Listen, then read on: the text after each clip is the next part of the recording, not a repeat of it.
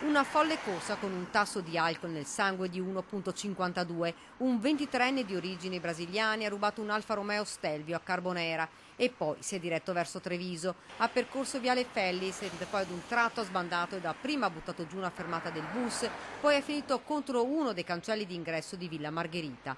L'auto ha terminato la corsa dentro un fossato.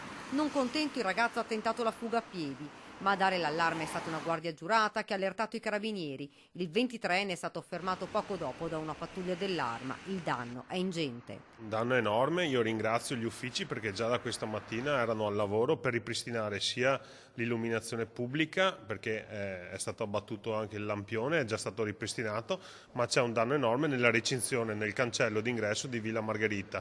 La stima indicativa è di oltre 20.000 euro che temo ricadrà ancora una volta sulle tasche dei nostri cittadini trevigiani, a meno che questa persona non abbia un'assicurazione, ma qualche dubbio mi viene. Fra l'altro il giovane, prima di prendere la Stelvio, aveva rubato un'altra auto, un'Honda Civic a Treviso, in via Castello d'Amore, e si era già schiantato contro uno spartitraffico a Carbonera. La sua nottata è terminata a Villa Margherita. Il sindaco Mario Conte: la nostra priorità è sistemare il danno di uno dei luoghi simboli di Treviso, ed intanto il primo cittadino pensa anche alla sistemazione e valorizzazione della villa stessa. Ho già un paio di progetti sulla scrivania qui in municipio, perché comunque è una villa molto attrattiva che fa gola a tante belle realtà della nostra città. L'obiettivo è quello di dargli uno scopo e nei prossimi mesi definiremo quale sarà il percorso per poterla valorizzare al meglio. Qualche idea il sindaco già ce l'ha.